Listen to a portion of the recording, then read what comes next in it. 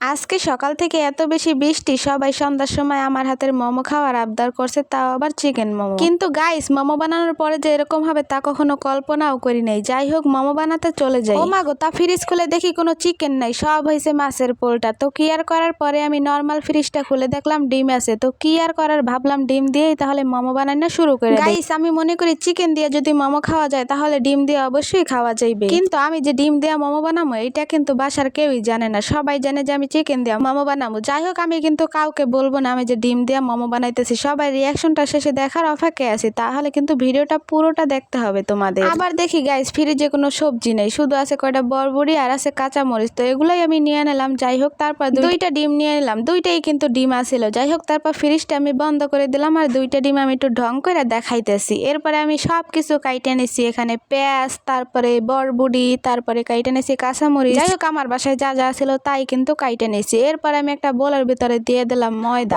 Sorry আমি ময়দা বললাম কেন, দিয়ে দিলাম আটা। বাসায় আবার ময়দাও নাই গাইস। যাই হোক, আমি আটাগুলা ভালো করে মেখে নিলাম। কি কি দিয়ে মাখছি সেটা তো দেখতেই পাইছো। তারপর একটু বইলা দিই, মাখছিলাম একটু তেল, একটু লবণ, সাথে পানি দিয়ে ভালো করে মেখে তারপর রাইখে দিলাম। বাসায় আরো যে কত কিছু নাই, ময়দা নাই, চিকেন নাই, চিকেন ময়দা ছাড়াই আজকে মোমো বানাবো। তারপর আবার ভেজিটেবলস মানে কোনো সবজিও নাই। যাই হোক, যেটা নাই সেটা আর বইলে লাভ আছে, আমি বানানো শুরু করে দেই। এরপর একটা কড়াইতে দিয়ে দিলাম পরিমাণ মতো সরিষার তেল। আরে আজকে খালি কথা উল্টা পাল্টা বলতে আছি, সরিষার তেল না তো সয়াবিন তেল দিয়ে দিলাম। তারপরে দিয়ে দিলাম ওই যে দুইটা ডিমটা দিয়ে ভালো করে একটু লেড়ে ছেড়ে তারপরে দিয়ে দিলাম এখানে সবজিগুলো, মানে সবজি বলতে কাঁচামরিচ, পেঁয়াজ, তারপরে একটু লবণ দিয়ে ভালো করে সবজিটা ভেজে উঠিয়ে নিলাম। আর এই পাশে কিন্তু আমার আটার ডোটাও রেডি হয়ে গেছে, ছোট ছোট রুটি বেলে নিব। মোমো হয়তো সবাই বানাইতে পারো, কিন্তু তারপর আমি ডিটেলস একটু বইলা দিতেছি। যাই হোক, আমি এরকম করে মোমো বানাই নিতেছি। আমি যেভাবে পারি ওইভাবেই কিন্তু বানাইছি, আমি কিন্তু আর কোনোভাবেই পারি না। ওই যে ছোট ছোট রুটি বেলে তারপর ওই যে ডিমের পুরটা দিয়ে দিলাম রুটির উপরে। তারপর আমি যেভাবে পারি ওইভাবেই মোমোর শেপ দিয়ে দিলাম, সেটা দেখতেই পাইতেছ, আর বইলে বুঝাইতে পারবো না। যাই হোক, এভাবে করে কিন্তু আমি সব মোমোগুলো বানিয়ে নিব